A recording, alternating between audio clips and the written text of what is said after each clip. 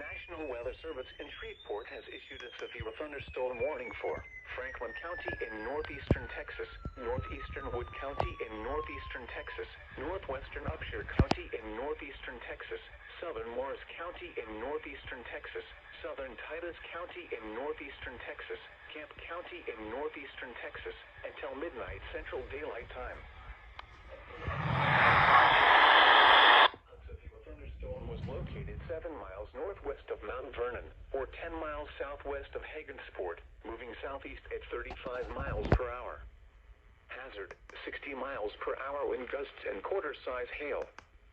Source, radar indicated. Impact, hail damage to vehicles is expected.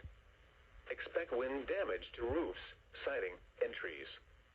Locations impacted include Mount Pleasant, Pittsburgh, Winsboro, Leesburg, Mount Vernon, Lone Star, Rosewood, Scroggins, Newsom, Purley, Winfield, Midway, Miller's Cove, Rocky Mound, Perryville, Hopewell, Holly Springs, Monticello, Harvard, and Lafayette. For your protection, move to an interior room on the lowest floor of a building.